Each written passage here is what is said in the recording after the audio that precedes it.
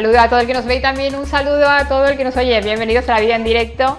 Quédense hoy con nosotros porque van a viajar mucho. Y van a viajar en Vespino. ¿A dónde? A la Ruta de la Seda. ¿Con quién? Pues con nuestro invitado, con Valentín Salvador, que no es la primera vez que viaja en Vespino. Lo recordarán ahora cuando lo vean de su antiguo Vespino, la Vespino, porque aquella se llamaba la Bella Durmiente, si no me acuerdo mal, pero ahora hablaremos de el Vespino, que se llama Marco Polo. Un saludo, Valentín, muchas gracias por venir. Y vamos a recordar, vamos luego a hablar de este viaje que, como he dicho antes, recorre la Ruta de la Seda. Pero vamos a recordar que antes de este han habido otros que has venido aquí a contárnoslo. Vamos a hacer un breve repaso de esos viajes.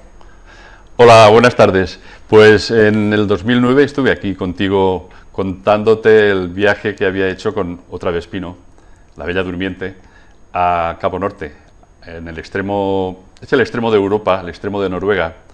Y bueno, aquello fueron 14.000 kilómetros en 31 o 32 días, fue un poquitín estresante porque era el tiempo que disponía, entonces todavía estaba en periodo laboral, ahora ya estoy jubilado, las cosas son diferentes. Recuerdo otro más, recuerdo uno que era la Ruta por España, que ibais cambiando de Vespino. Sí, bueno, eso fue incluso antes, fue el año anterior, en 2008, que celebramos aquí en la Vall d'Almonacid la primera reunión nacional de Vespinos, ya vamos por la 14 o la 15ª, y también la primera Vuelta a España, que luego se han hecho otras dos. Pero aquella fue un poquitín especial, también fue con mi moto, con la Bella Durmiente, y fue un poquitín especial porque era por relevos y además no parábamos durante la noche, o sea que la moto estaba circulando las 24 horas del día. Participaron unas 60 personas, 60 relevistas y visitamos las 47 capitales de provincia de la península, descartando lógicamente Ceuta y Melilla y las Islas Canarias y las Baleares. Aquello lo hicimos en aproximadamente 11 días, no llegó a 11 días, fueron 7.003 kilómetros. Y desde el 2009 hasta ahora no sé si había habido otro viaje como aquel, pero este año yo no sé si es porque te has jubilado y como buen jubilado que dice, ¿qué voy a hacer? Voy a viajar, pero no voy a viajar con el inserso, me voy a coger una Vespino y me voy desde Vall d'Almonacid hasta Asia, hasta Samarcanda, más de 12.000 kilómetros, 12 países. Y lo que se preguntan muchas mujeres que nos están viendo, lo primero que me pregunto yo, porque tú cuando vas de viaje y yo, ¿verdad? Llevamos un montón de maletas, que siempre dices, no, voy a coger el equipaje de mano, pero el equipaje de mano no me caben 4 cosas. ¿Cómo te las apañas con una Vespino? Bueno, yo lo que comento es que admiro a la gente que hace este tipo de viajes y además lo hace en bicicleta. Lo que ocurre es que, claro, yo tenía que sumar a esto pues piezas de repuesto que pesan bastante, herramientas que también pesan, y luego lo que tú comentas, la maleta la tuve que vaciar al mínimo precisamente por el peso.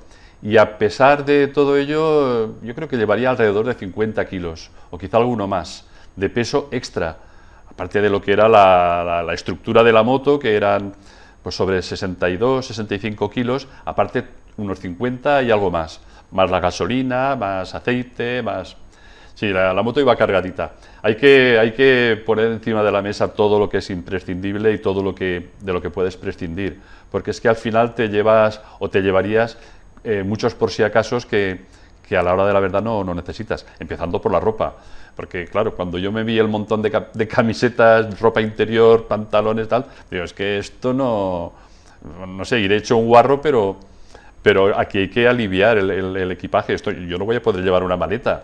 La bolsa de aseo, ropa interior sí, suficiente, y luego pues la ropa imprescindible, más la ropa de motero, que yo contaba con llevarla siempre puesta. Pero claro, llegó el calor y aquello sobraba. Es complicado. Valentín, ¿y cómo nace en tu cabeza este viaje? ¿Por qué la Bella Durmiente pasa a ser Marco Polo? Y luego, ¿por qué la Ruta de la Seda? ¿Qué tenía? Pues la Ruta de la Seda, si alguien ha leído algo sobre ella, es una ruta muy interesante. O sea, cuando hablamos de la Ruta de la Seda, no es decir carretera Valencia-Madrid, aparte de que estamos hablando de cosas muy diferentes. La Ruta de la Seda es una ruta milenaria que han utilizado los comerciantes de Oriente para venir a Occidente y viceversa. Pero durante esos años ha habido muchísimos conflictos, han pasado imperios que han, por decirlo de alguna forma, han roto la ruta porque se han visto obligados a variarla de lugar. Y luego al mismo tiempo, pues bueno, está la figura de Marco Polo, que bueno, fue uno de esos comerciantes que vivió, bueno, falleció a principios del siglo XIV.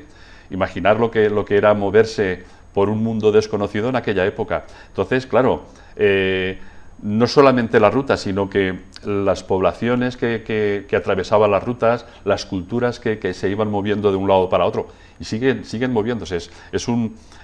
Asia Central es un lugar candente en la que las cosas no están establecidas al 100%, puede haber movimientos. Entonces, lo que ha quedado allí es pues mucha cultura, muchas ciudades interesantes, por supuesto los paisajes, de aquí a allí te encuentras con mares, te encuentras con montañas, te encuentras con desiertos, pero sobre todo te encuentras con gente.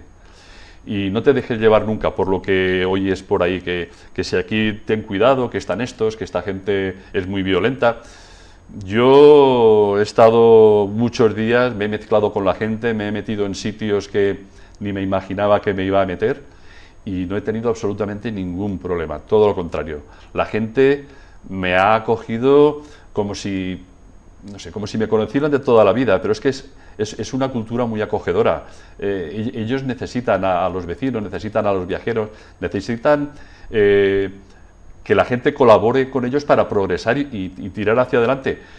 Yo entiendo que va por ahí, habrá muchos más motivos, pero ya digo, yo ningún problema, absolutamente ningún problema con nadie, ni con nada. Algún detalle tonto que no tiene ninguna importancia, pero problemas de seguridad, eso es decir, es que estoy en un sitio que me da miedo de que me atraquen, me da miedo de que me violenten, no, para nada, todo lo contrario, para nada.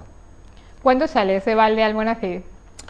De la Valdealmonacid salí el día 28 de abril, de madrugada, al sonido del cuerno que había traído un amigo allí para hacer la despedida. Y salí de allí con la intención de terminar la primera etapa en Balaguer, en Lérida, que es donde vive uno de mis hijos, y hay pues unos 350 kilómetros. Y muy importante lo que ocurrió ese día, fue el día del apagón. Coincidimos con el día del apagón. Y yo, claro, a las 6 de la mañana yo no sabía nada, al mediodía yo no sabía nada. Cuando se me terminó la gasolina, que tuve que ir a repostar en Tortosa, precisamente. En Tortosa paré a repostar, entonces es cuando me enteré, porque llegué al poste de la gasolina y se me acercó una chica, una empleada de la gasolinera, y me dijo, no, es que no te puedo echar gasolina. Digo, ¿por qué?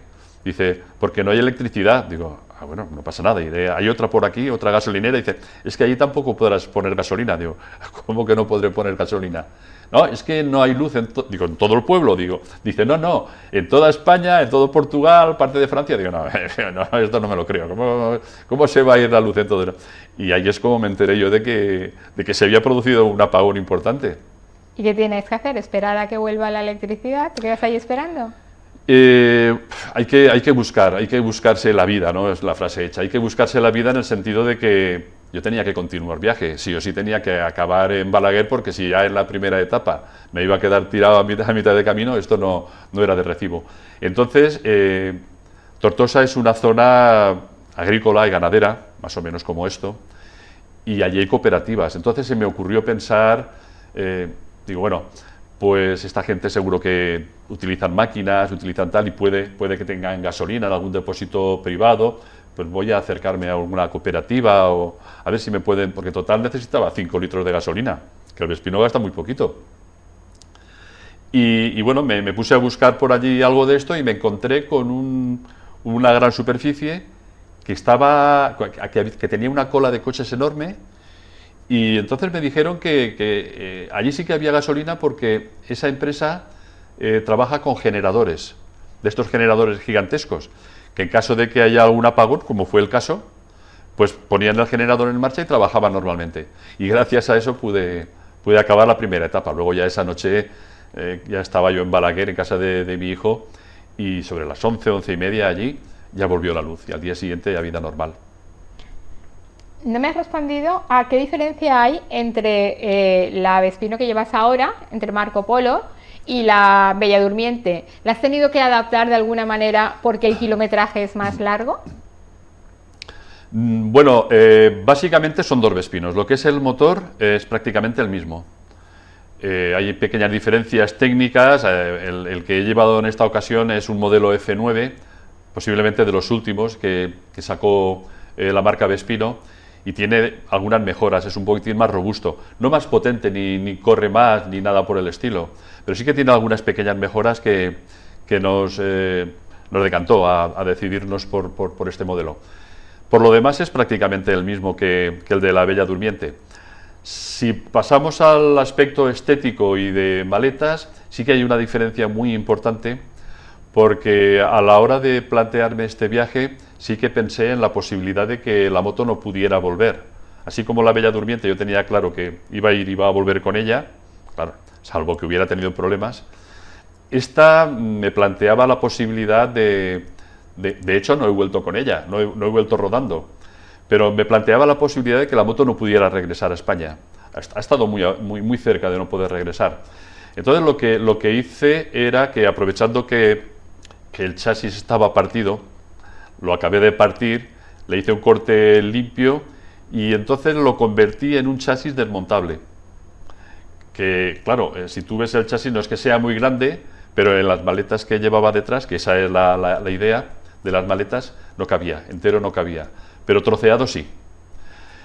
Las maletas las hice de contrachapado, aunque en las fotografías pueda parecer que es de aluminio y tal, pues bueno, lo pinté para darle un poquitín ese aspecto, ¿no? Es contrachapado de madera y la moto cabía entera dentro de las maletas. Entonces, la idea original, llegar, pues en este caso a Samarcanda, que era el objetivo final, pero también se me pasaban por la cabeza objetivos mucho más ambiciosos, llegar, por ejemplo, a Ulaanbaatar, la capital de Mongolia, o quizá incluso la vuelta a España, la vuelta al mundo. Por pensar, la imaginación no tiene límites. Yo me planteaba eso, pero luego ya la sensatez me puso límites y, bueno, ir a Samarcanda ya es bastante. Estamos hablando de un destino que está un poquitín de moda, pero que tiene todos los requisitos para convertirse en un viaje de aventura, pero de verdad. Y luego, pues bueno, al final hubo unos planteamientos del viaje. La familia pensó desplazarse hasta Samarcanda y hacerme una recepción cuando yo llegara y tal. Y claro, esa idea original de desmontar la moto, meterla en las maletas y yo volver con ella en el avión, con las maletas facturadas y tal, pues eso se desmontó. Pero sí que fue la idea original y fue el motivo de hacer el viaje con esta moto y no con la Bella Durmiente. Que bueno, la Bella Durmiente ya ha hecho bastante. Ella se merece un descanso. Primera etapa, vas a ver a tu hijo, estás en Cataluña. Segunda etapa, ¿sales ya de España? No, la segunda etapa llegué hasta Arenys de Mar. Arenys de Mar está al norte de Barcelona, ya cerquita de Gerona. Y la segunda etapa fue a Arenys de Mar porque precisamente allí vive nuestro amigo Francesc Garí, que lo conocemos como Kiku, que es la persona que alguna vez he hablado de él, la persona que preparó el motor en el año 2009 con el que fui a Cabo Norte con la Bella Durmiente. Este no lo preparó él. No lo preparó él porque está en trances también de jubilarse, que se jubila a final de este año, que no sé qué haremos cuando él se jubile porque es la persona que suministra a través de internet repuestos a toda España, de Vespino, porque Vespino ya no existe como fábrica, ya no existe desde el año 2000, pero hay tantos Vespinos por toda España que todavía se mantienen, se reparan, se restauran, se rehabilitan, y una de las personas que suministra repuestos es precisamente Kiku. Pues quedamos en que yo acudiría allí la segunda etapa, y allí nos encontraríamos con la persona que sí que preparó el motor para esta ocasión, que es Víctor Sáez, un chico de Pamplona, y él se comprometió a preparar el motor y nos veríamos en Barcelona y allí haríamos un cambio de motor. A ver, me explico. Cuando yo salí de Laval, salí con un motor que había preparado yo. Yo no sé si ese motor hubiera cumplido como ha cumplido el que realmente he utilizado, pero hasta allí sí que me llevó. Pero la idea era que Víctor trajera su motor, que yo ya lo había probado aquí en Laval, y hiciéramos el cambio. O sea, que él llegó a las 8 de la tarde, imagínate, a las 8 de la tarde y a la 1, a las 2 de la madrugada aún estábamos apretando tornillos y haciendo modificaciones. Y al día siguiente, a las 9, empecé nuevamente el viaje con la tercera etapa. ¿Eliges carreteras secundarias por el tráfico, aunque tengas que hacer más kilómetros, o cómo? ¿O recto? Vamos a ver, los ciclomotores tienen prácticamente en todos los países de Europa, por lo menos, tienen prohibido circular por autopistas y autovías. Incluso algunas carreteras que no están catalogadas como autovías son carreteras de mucha velocidad, tráfico muy denso, y eso también, por precaución, conviene evitarlas. Porque lo que sí que tienen que hacer los ciclomotores, como es el Vespino, obligatoriamente, e incluso circulando por carreteras nacionales, tienen la obligación de circular por el arcén. Si no existe arcén, ya pueden utilizar la calzada, o sea, uno de los carriles, a la ida o a la vuelta. Pero si hay posibilidades de circular por la calzada, están obligados a hacerlo.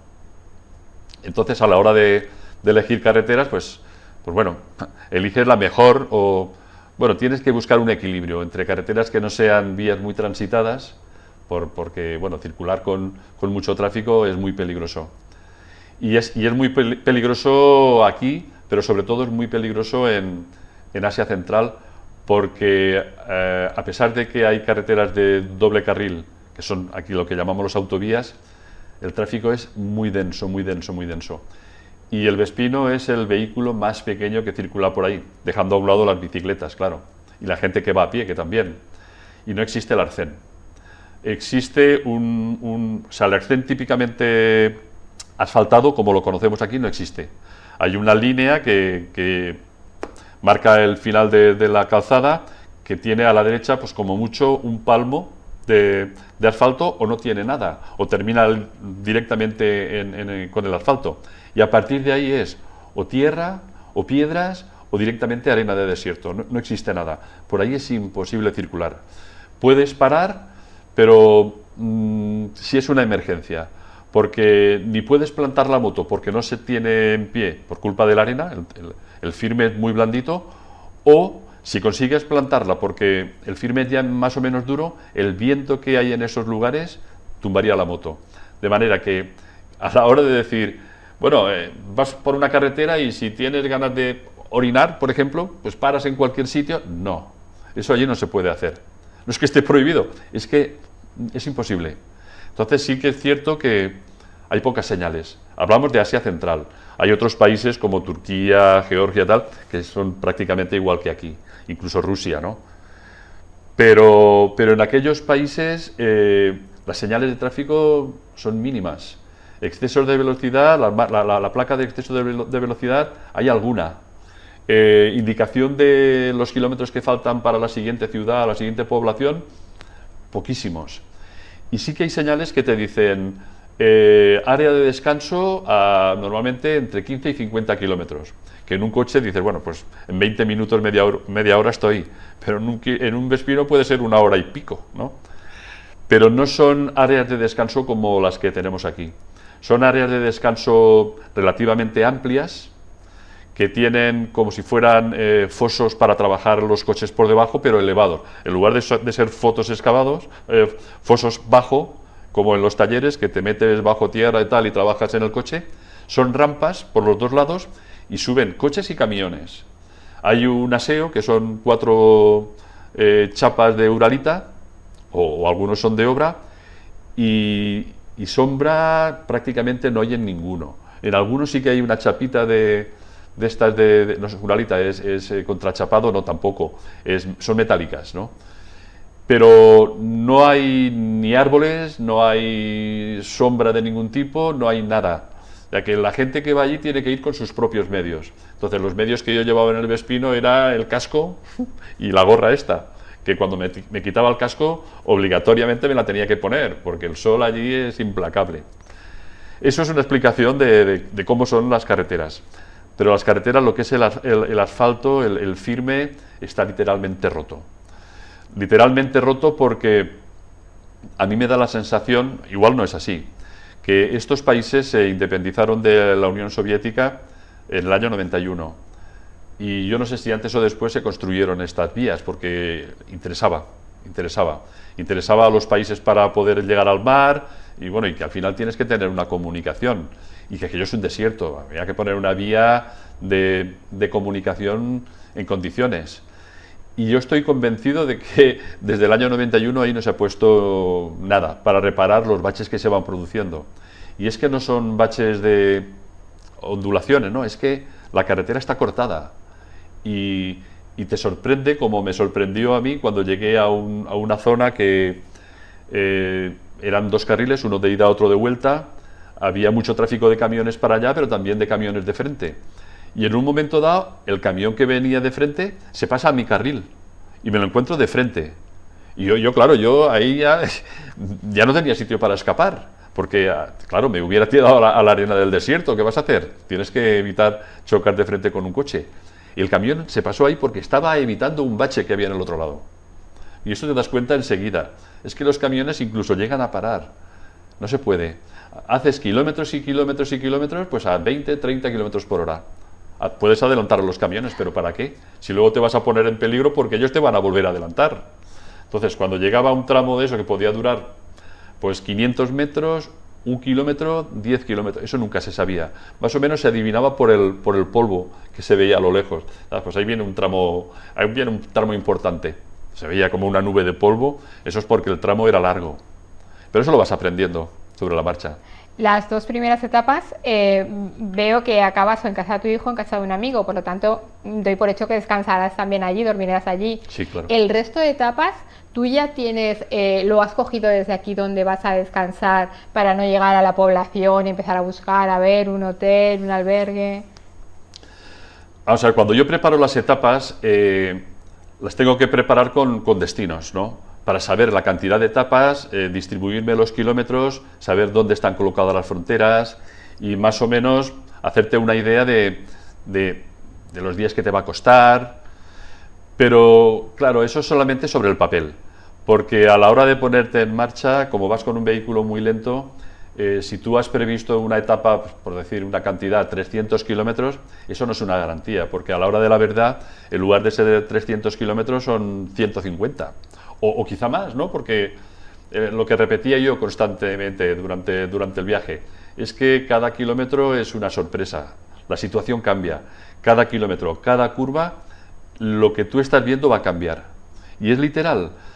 Tú vas por una carretera que dices, ostras, qué suerte, la carretera esta tiene un asfalto bueno, aquí va a cundir el día. Tomas una curva y la carretera está rota, literalmente rota. O vas por una carretera y ves la típica nube esta que veías a lo lejos, porque claro, en el desierto el horizonte está lejísimo. O sea, que como cuando vas a Sagunto ves un monte y luego ves otro monte, pero los tienes cerca, allí la vista te alcanza, bueno, pues no sé, los kilómetros, pero una barbaridad. Entonces ya vas adivinando. Primero que, como vas con un Vespino, y en el caso de que tengas el viento de cara, la moto no puede correr, estoy hablando de 35 kilómetros por hora, no más. Si el viento lo tienes de cara, aunque sea llano, es imposible. Entonces tú ves una recta, que no ves el final de la recta, miras por el retrovisor y ves allá otra recta que tampoco ves el final, ves camiones que van, camiones que vienen, te preparas para los que vienen detrás, apartarte, buscar por ejemplo la posición del centro del carril para en el último momento que el camión ya ha decidido adelantarte, apartarte y ganas ese espacio que el camión ha puesto como eso. Entonces, lo que ocurre con las carreteras es que te da la sensación de que vas siempre cuesta arriba. Pero claro, si tú miras el cuenta kilómetros, estás acelerando bastante y la moto no va, pues esa recta es que el desierto es cuesta arriba, pero claro, el desierto es llano totalmente. Lo hace cuesta arriba el viento, o cuesta abajo cuando el viento es de cola. Cuando te está soplando de detrás, pues el Vespino, sin apenas acelerar, se te pone a 55, 60. O incluso también es grave tenerlo cuando te sopla de un lado, de la derecha, o te sopla de la izquierda, si son rachas, si no son rachas, si lo tienes un poquitín enfrentado o lo tienes un poquitín retrasado, pero sobre todo si son rachas y en ese momento te está adelantando un camión, cuidadito, porque las rachas son enormes, vienen así sin avisar y te pueden desplazar 2 o 3 metros a la izquierda. Si en ese momento te está adelantando un camión, te pasa por encima. Y cuando es al revés, que la racha viene por la izquierda, te adelanta un camión, pero cuando el camión acaba de pasar, el viento llega de golpe y te echa fuera de la carretera, te echa fuera del límite de la calzada y te encuentras con lo que no debes encontrarte, con el banner ese de la arena. Eso es peligroso. A mí, realmente, no me lo has preguntado, pero te lo digo, lo más peligroso del viaje, los camiones.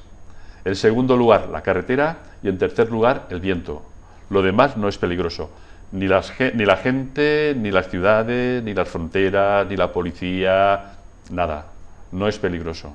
Pero los camiones, la carretera y el viento, muy peligroso. Por lo tanto, ¿te puedes organizar o no te puedes organizar para decir tal día llego a este destino, tengo este alojamiento, tal día he llegado a otro?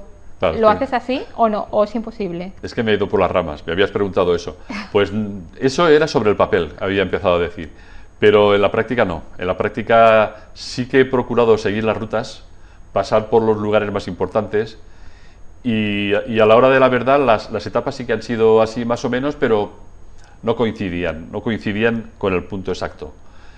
Y eso posiblemente sea también uno de los motivos por los que no quise darle mucha publicidad a este viaje, porque ir con un Vespino por este tipo de países, por este tipo de carreteras, sin saber exactamente lo que te vas a encontrar, no es una garantía de que tú vayas a cumplir los objetivos. Por eso yo sí que me hice las etapas y al final pues han coincidido los kilómetros y las rutas pues prácticamente han coincidido, porque hay que tener en cuenta que para preparar este tipo de viajes tienes que leer lo máximo posible, informarte lo máximo posible de la situación de los países por los que vas a ir, por los que vas a circular.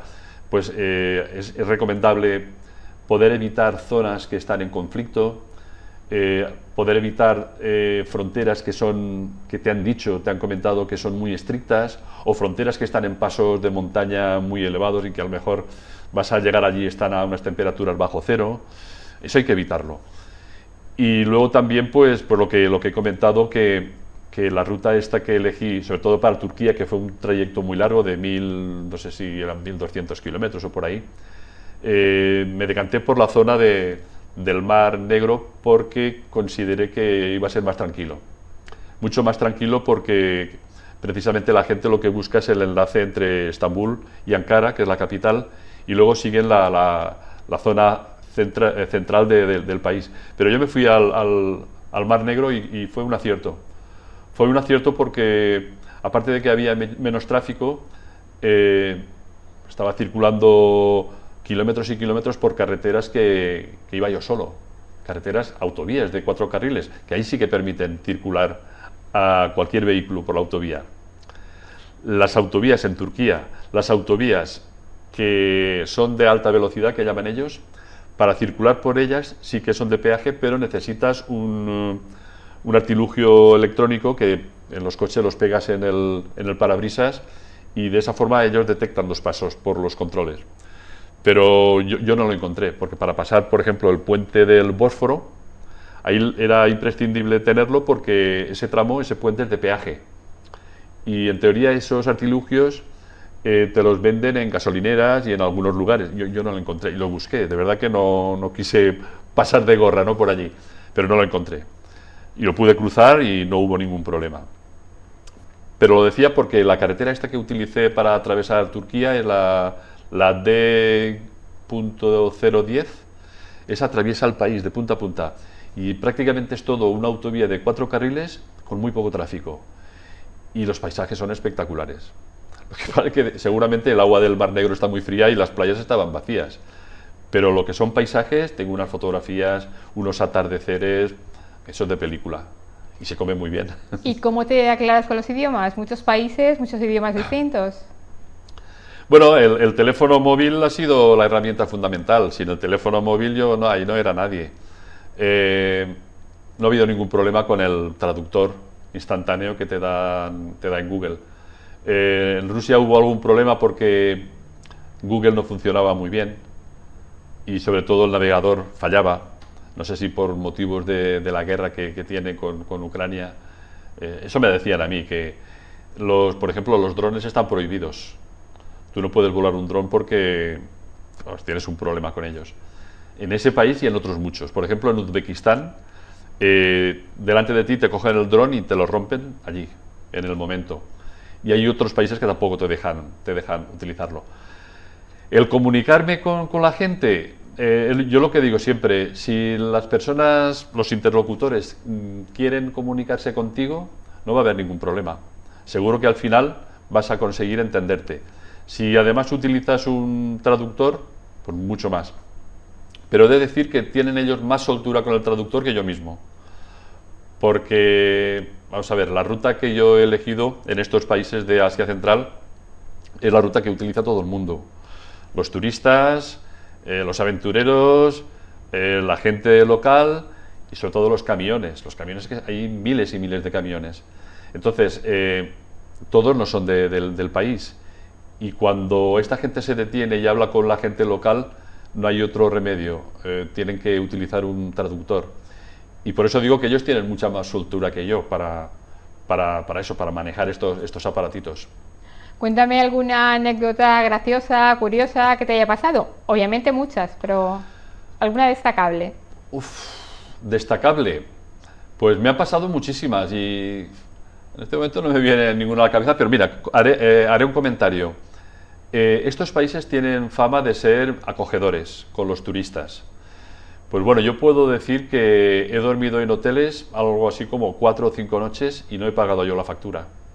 Me han invitado, literalmente, gente que yo no conozco de nada. O en Kirguistán, en la frontera, conocí a un señor que luego me chapurreaba un poquitín, unas cuantas palabras en español, pero nos entendimos bien. Y además también utilizábamos el traductor. Este hombre había sido boxeador en Cuba. Y nos conocimos en la misma frontera para entrar en Kirguistán. Y él tenía una casa en la ciudad, en la capital, en Bishkek, que estaba a unos 20-25 kilómetros. Y ya era tarde, ya me entretuve un poquitín para cruzar la frontera. Y él me dijo que, además me dio su teléfono, tomó nota del mío, y me dijo que nada, que esa noche fuera a su casa a dormir. Lo que pasa es que luego hubo unos problemas, no tenía tarjeta todavía del país. Estuve en la puerta esperando a este señor, se hizo de noche, no sé, me preocupó un poquitín el hecho de que hubiera habido algún problema o que no hubiera entendido bien la dirección, pero yo estaba donde él me dijo. Y fui a buscar un hotel por allí cerca y pasé la noche allí. Son cosas novedosas para uno mismo, porque a pesar de que tú ya has leído, has visto vídeos, has visto, claro, yo estos años me he empapado de viajeros que han estado por allí, por todo el mundo, y más o menos aprendes un poco cómo manejarte. Siempre tienes la duda, y esta gente cuando te invita de esta manera, este hombre de Kirguistán era un tiarrón, ¿no? Yo lo cogí del hombro y eso era todo músculo, digo, hasta este tío, no sé, se te pasan mil cosas por la cabeza, pero sé que no es así, que la gente te invita y te invita, sin nada a cambio. Otras personas sí que han... recuerdo un día que estaba yo tomando un café con leche y una pasta por la tarde y también estaba empezando a hacerse tarde y estaba con el teléfono buscando un hotel. Y se me acercó un chico, como tantos y tantos se me han acercado, que si de dónde eres, que de dónde eres, que cómo te llamas, que cuántos años tienes, que si esta moto tan pequeña, que cuál es la ruta, que cuándo saliste de tu casa, todos te preguntan lo mismo. Y yo la verdad es que he procurado ser correcto con todos y perder el tiempo necesario, porque lo que me sobraba era tiempo. Entretenerme con ellos, hablar con ellos, hacerme la foto con ellos. Y este chico me dice, ¿y dónde vas a pasar la noche? Digo, pues mira, estoy mirando aquí un hotel que está a 25 kilómetros y me coge el teléfono, por ahí enseguida te cogen el teléfono. Y aquí en España alguien te coge el teléfono y dirás, ¿qué va a hacer? ¿Va a salir corriendo con él? Pero no, yo cogía el teléfono, se lo daba y estaba tranquilo, porque se ve que es lo normal, que ellos trastean con los teléfonos de todo el mundo. Y lo coge y empieza el tío a mirar y dice, es buen hotel. Me dice, good. Digo, vale, tal. Y me dice, tómate nota de mi número. ¿Ya? ¿Vale? Porque mucha gente me pedía mi número de teléfono y luego me enviaba WhatsApps con la foto que nos hacíamos juntos. Le doy mi teléfono. Dice, cuando llegues al hotel, le dices a la de recepción que me llame. Digo, vale, de acuerdo. Y bueno, estuve buscando el hotel, me costó 1 hora o más, porque Tardé un poquitín en encontrarlo y al final encuentro el hotel. Y había una señora allí en recepción, y lo de siempre, que si tenía una habitación para mí, me dijo, sí, sí. Y le digo, un momento, y cojo, marco el número de este chico, y cuando empieza a sonar se lo paso a la señora. Y la señora, claro, en kazajo estaban hablando allí, patatín, patatán, tuvieron unos minutos, y cuando me devuelve el teléfono dice, está todo claro. Digo, todo claro, que el traductor, que tiene la habitación pagada y la cena me ha dicho que le prepare tal y tal y tal. Digo, ¿pero esto es posible? Digo, pero yo no conozco a este hombre. Dice, él dice que lo paga todo. Y el desayuno, el almuerzo de mañana también. Y bueno, yo había pasado unos días que no me encontraba muy bien. Estuve unos días en Kirguistán que algo me sentó mal y estaba mal de la barriga. Y entonces le pedí disculpas a la señora y le dije que me encontraba mal, que no podía aceptar la cena, que se lo agradecía mucho y tal, pero... Y no solo eso, sino que llamó al director o al dueño del hotel y le contó mi situación. Y luego subió a la habitación, me llama y me dice, oye, que me ha dicho el dueño del hotel que si necesitas un médico, necesitas medicinas, que tal, que cual. Digo, no, estoy bien. Únicamente que no tengo apetito. No, he pasado unos días sin comer porque he tenido un problema intestinal, algo que me ha sentado mal, y estoy ya encontrándome bien, pero no tengo ganas de comer. No siento mucho el interés y la atención de esta gente, pero... Y bueno, y aún así aún me quedé a dormir. Al día siguiente me puso el desayuno que yo quería, porque allí no puedes pedir un café con leche y un croissant. Eso no existe, allí no existe, normalmente no existe. Y bueno, cosas curiosas, anécdotas, hay muchas. Pues por ejemplo, el primer día que entré en Kazajistán, claro, es que te vas enterando de cosas que puedes encontrar. Pues por ejemplo, el desierto, sabes que te lo vas a encontrar, pero te lo encuentras de sopetón y no estás preparado. No estás preparado en ese momento. Pues en Kirguistán me ocurrió algo parecido, en Kazajistán me ocurrió algo parecido. Entro ya en el desierto, ya venía de Rusia, que también es desierto. Entro en la frontera, una frontera un poquitín complicada. Entro y ya vas por el desierto, no hay absolutamente nada y ves que el sol está empezando a bajar. Dices, bueno, pues me quedará una hora de sol. Hay que buscar sitio para dormir. Claro, pasaban los kilómetros, yo no veía nada y de repente veo unas casitas allí, 4 casas desperdigadas en medio del desierto con burros por allí, cabras, tal, camellos. Y digo, pues voy a preguntar. Y tal como entro allí, habían 2 hombres en la puerta de una de las casas y sin bajarme de la moto, con la moto en marcha, le digo así, ¿hotel? ¿Hotel? ¿Hotel? ¿Para dormir? Bueno, no sé lo que les dije, algo parecido. Y uno de ellos se me acerca y me dice, deja la moto ahí. Digo, ¿cómo? La moto, ahí. Digo, bueno, pues la dejaré. Sí, ahí. Ven. Y me coge y me mete dentro de su casa. Dice, vas a dormir aquí. Esta noche tú ahí. Digo, ostras. Sí que había visto que esto ocurría, ¿no? Pero encontrármelo así de repente, sin haberme preparado psicológicamente, porque todavía mi cabeza estaba todavía en la frontera, los problemas que había tenido en la frontera. Y de repente me encuentro con aquello, digo, bien, vale. Pero claro, yo iba a dormir en una estancia, pues más o menos como este espacio, en el que en un rincón estaba el matrimonio durmiendo, al lado estaba el cuñado, un hijo allí, otro aquí, y yo aquí. Dice, ¿tienes algún problema? Digo, yo no. Digo, pero yo ronco mucho, ¿no? Y la gente que duerme conmigo... Y me dijo, no hay problema. Tenía una habitación chiquitina al lado y cogió unas mantas y una almohada y me dijo el chiquitín, de 7 años, me dice, mi mamá te ha puesto una cama allí. Claro, eso son cosas son anécdotas que las vives, las has visto, pero nunca crees tú que vas a ser el protagonista de una escena de ese tipo. Y bueno, pues habrá muchísimas más. En este momento es que no me acuerdo, ¿hay tantas? ¿Y cómo les agradeces a esas personas su compromiso contigo? Eso era otra cosa que yo todavía no había pensado cómo compensar ese detalle, esa atención. Ellos cuando hacen esto no lo hacen a cambio de nada. Ellos no esperan que tú les des nada. Porque yo les preguntaba, digo, ¿por aquí pasan muchos turistas? Y dicen, sí.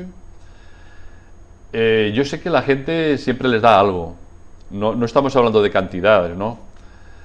Pero que en cualquier caso lo que yo les pueda dar, que yo al final le di el equivalente a una noche de hotel. Más o menos sabía los precios que me iba a encontrar allí en esa zona de Kazajistán, y más o menos le di eso, no sé lo que podrían ser, 10 euros, que 10 euros para ellos es mucho dinero, es mucho. Pero claro, también te paras a pensar que esta es una discusión que tuve, un comentario, además en directo, en Instagram, con un chico que había estado viajando en Irán, creo que me dijo 4 meses. Él es médico, es andaluz, y había estado 4 meses por allí. Y es una conversación que tuvimos en directo, y yo le decía, sí, no, sí, yo ya sé que en Irán, en otros países, aquí, Kazajistán, en los países donde yo he estado, la gente te acoge. Y al principio tú, claro, no estás habituado a eso. Eso, para un español como yo, es muy raro. Si alguien eso te lo ofrece, ¿qué querrá a cambio? Esta gente no quiere nada a cambio. Ellos son así. Entonces, la discusión o el comentario que teníamos, lo que he comentado que grabamos en directo, es que yo le decía, pero, a ver, ¿tú no crees que eso es una especie de efecto llamada? Es decir, si tú tienes un amigo que va a hacer un viaje, tú le dices, no te vayas aquí, vete a Irán, que ahí solo tendrás que pagarte el viaje de ida, porque una vez allí te lo van a pagar todo.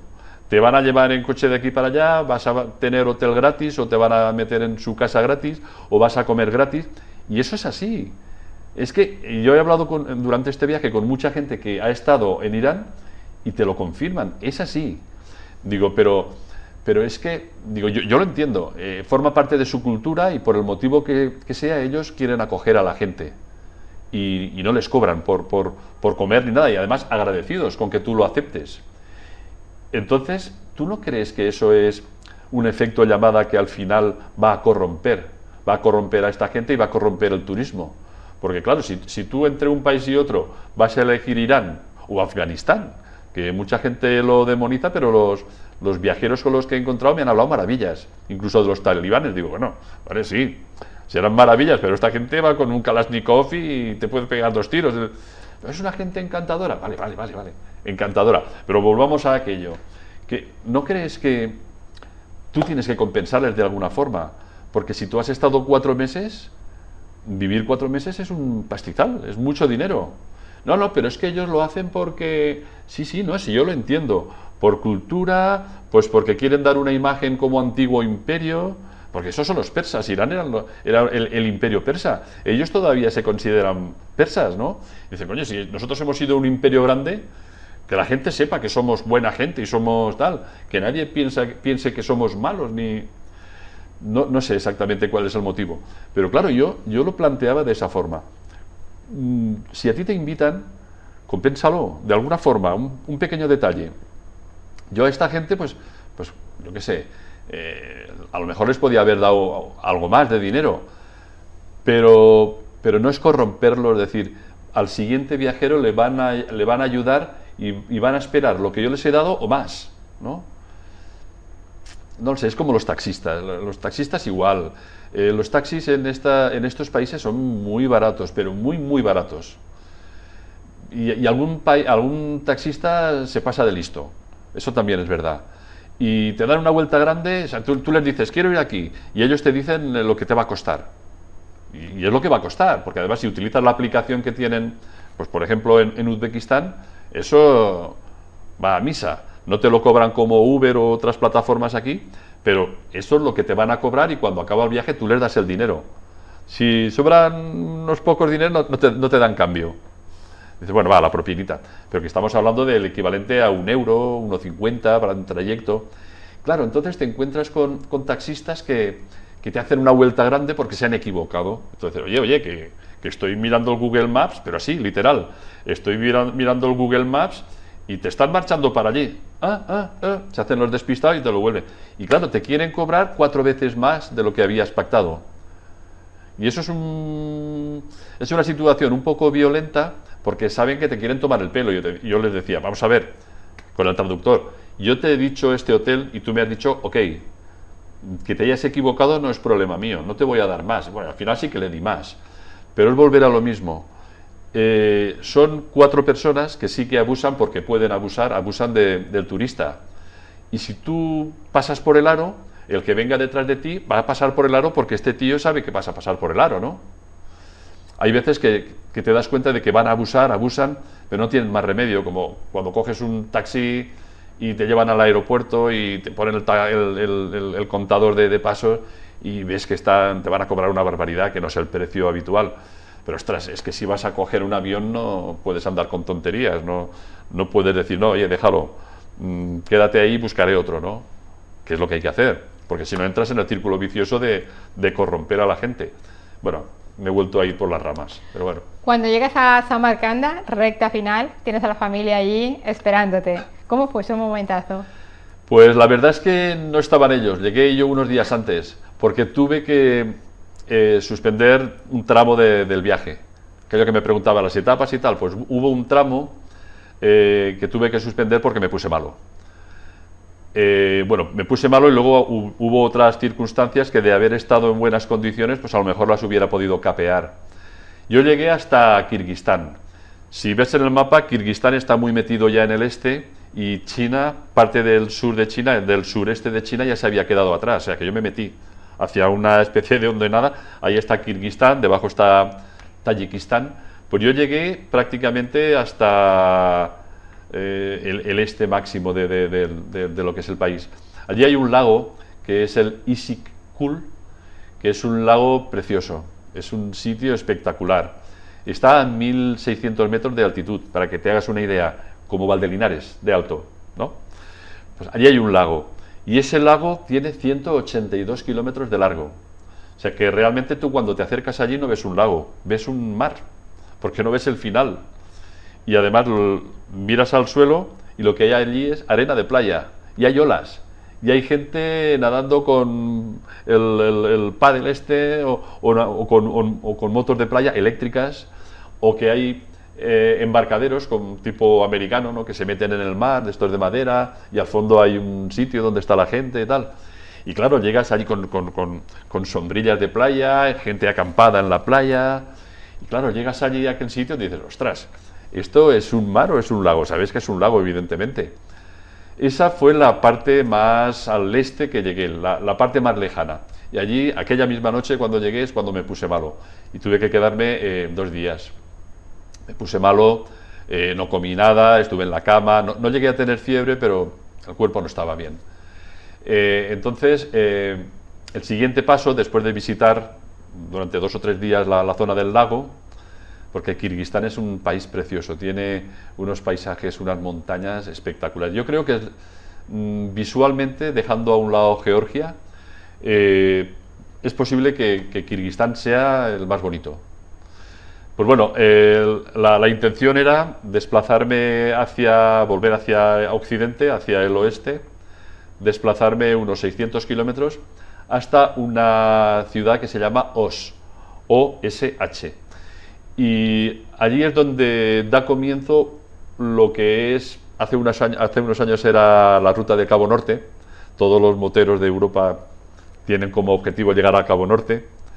Pues ahora el objetivo de los moteros de todo el mundo es hacer la ruta del Pamir. El Pamir es una cadena montañosa que es una estribación del Himalaya, es la parte más occidental del Himalaya, y luego a partir de ahí acaba el desierto, o te subes hacia arriba y que va a dar la vuelta por China y se mete en Mongolia. Pues esa zona del Pamir, depende del tramo que hagas, está entre los 600 y los 1.200 kilómetros. Pero tiene pasos de montaña, la carretera llega a puertos de montaña de 4.600 metros de altitud, que eso es una barbaridad. Yo nunca he estado a esa altura. Y además, a mí me sienta muy mal. Yo cuando estaba a 3.000 metros de altura me he puesto malo. Me he mareado, me ha pasado de todo. Estar más alto de lo que he estado nunca, para mí era un reto importante.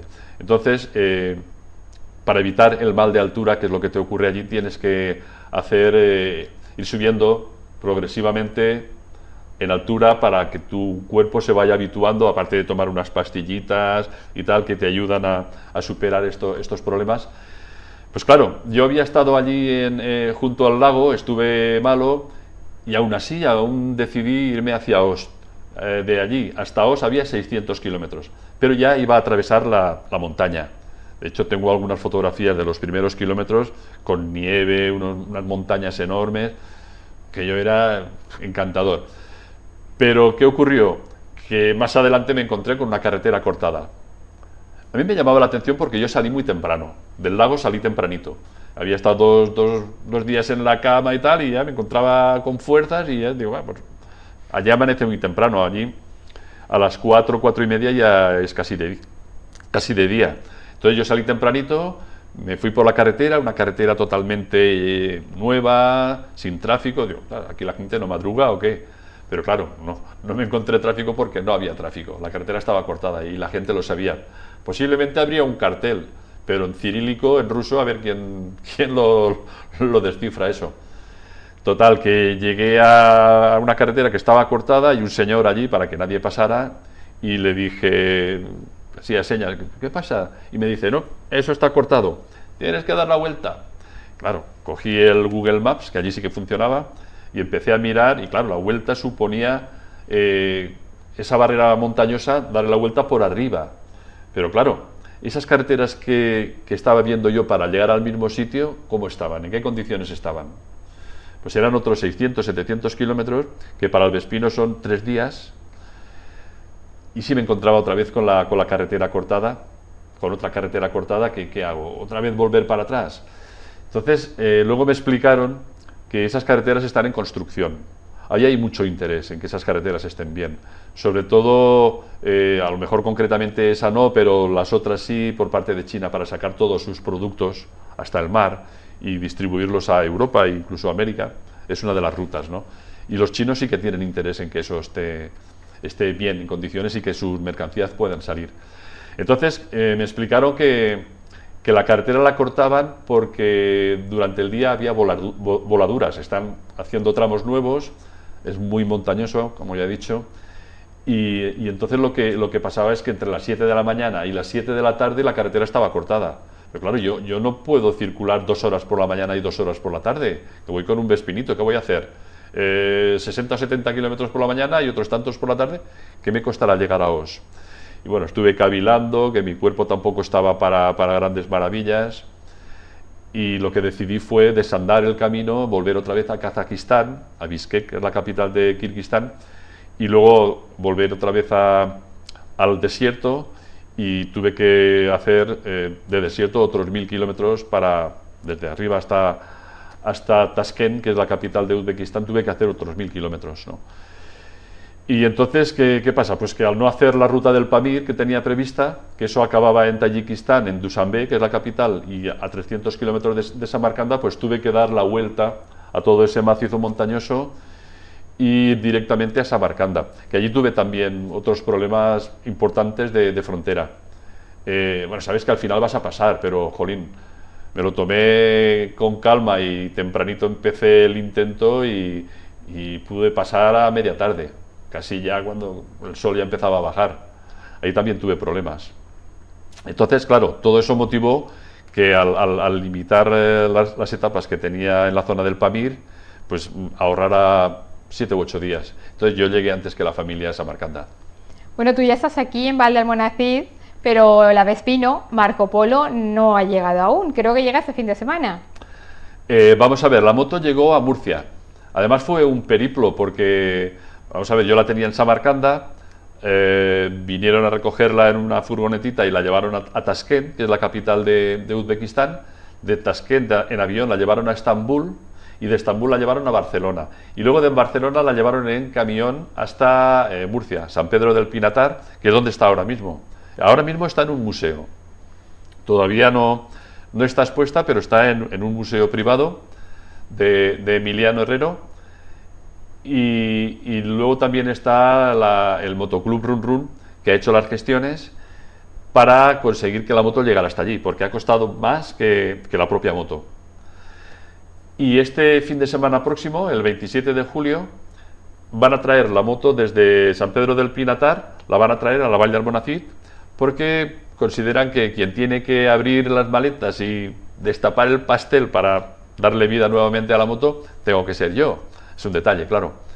Y este fin de semana, bueno, el domingo vamos a hacer una pequeña fiesta que la gente que quiera acercarse y conocer, si me han seguido por Instagram o saben de la aventura y quieren conocerme a mí si no me conocen, o a Pedro o a Emiliano, o ver la misma moto, pues pueden venir porque haremos unas proyecciones y contaré un poquitín cosas del viaje y luego nos bajaremos a comer todos juntos.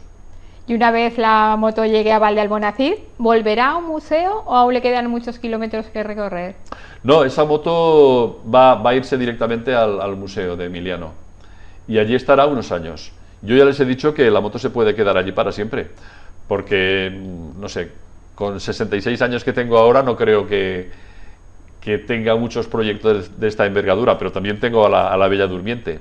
Entonces yo creo que yo siempre había soñado con que mis motos, después de hacer lo que han hecho, acabaran en un museo. La Bella Durmiente tampoco tendría inconveniente que le hiciera compañía a Marco Polo, pero que un Vespinito Made in España haya hecho lo que ha hecho con un motorcito chiquitín, que alguna vez aquí lo he explicado, es que el motorcito de un Vespino se puede reparar en la mesa del comedor, es que es una cosita así. Y lo que es el sistema termodinámico es un pistoncito así, un cilindrín, es una cosita así. Eso me ha llevado a 12.500 kilómetros de aquí. Entonces, ¿cómo no hacer los honores a un aparato así que ha sido capaz de hacer todo ese esfuerzo que le he estado exigiendo durante días y días? Pues que mejor que esté allí y que la gente lo pueda ir a visitar cuando quiera, porque hay muchos curiosos, ¿no? Yo sé que hay gente que nos está viendo que se han quedado aún con ganas de saber algo más de la historia. Tú has ido documentando la historia día a día en tu página de Instagram, también de Facebook. Sí. ¿Cuál es esa página? Por si algún curioso dice, voy a ver qué pasó. Es muy fácil. Vespi Marco Polo, todo junto. Vespi Marco Polo. De Vespino, Marco Polo. Todo junto. Vespi Marco Polo. Está en Instagram, que por cierto, en Instagram los capítulos están muy bien. A mí me enviaban mensajes, yo no podía leer muchos mensajes, pero algunos de gente que los estaba siguiendo, y me decía, es que nos tienes enganchadísimos, ¿no? Como si fueran reality show, pero eran de verdad, ¿no? Y en Instagram todavía no he llegado.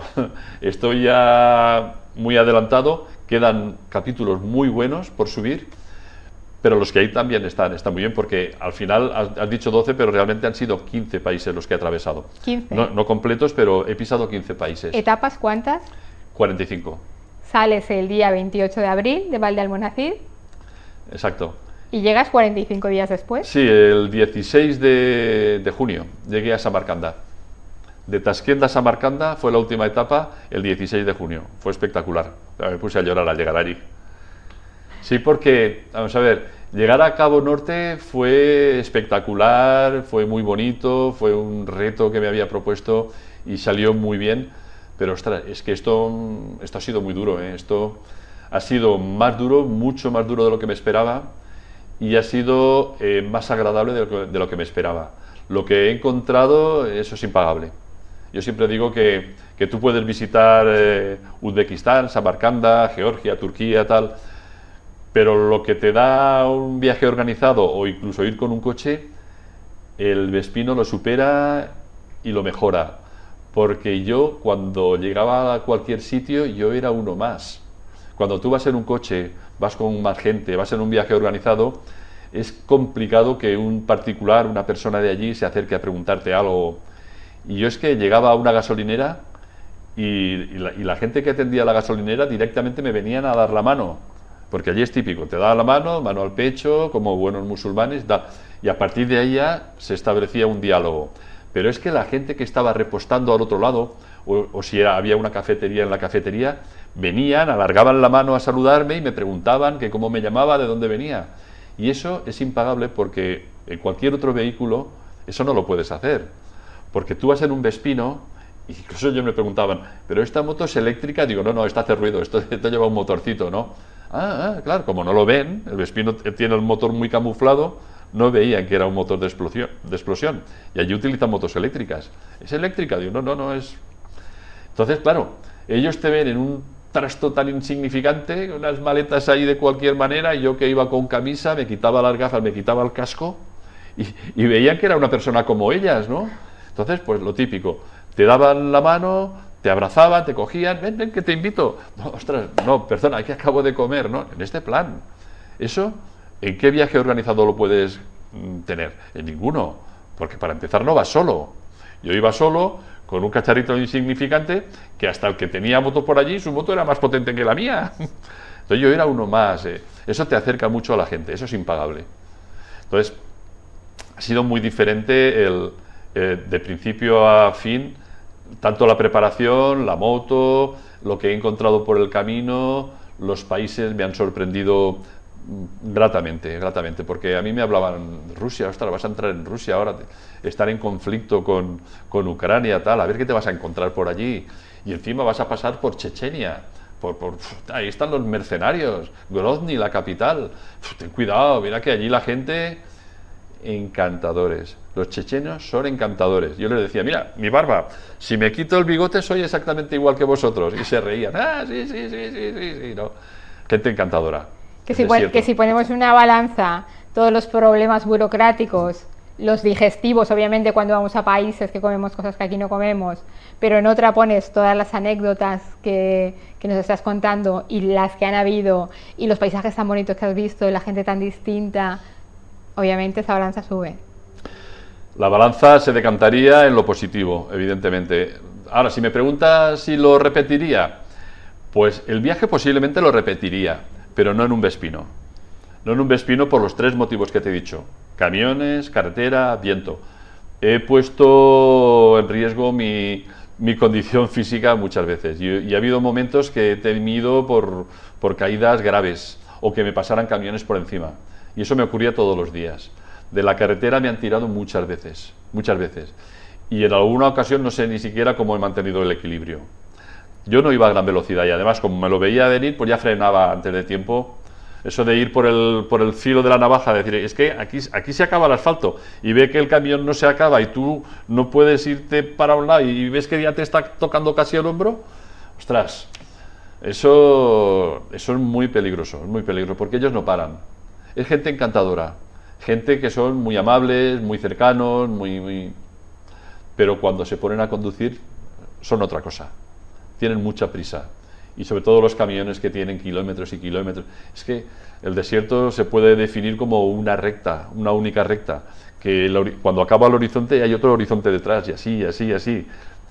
Todo el día, kilómetro tras kilómetro y prácticamente toda la semana e incluso todo el mes, porque el desierto continúa. Yo me quedé ahí, pero el desierto continúa.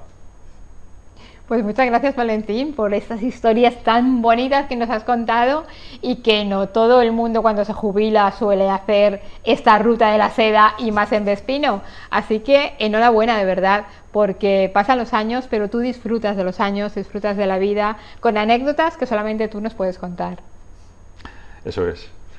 Pues nada, yo espero que os guste todo lo que he contado y bueno, hay muchas más cosas en el tintero, pero no hay tiempo.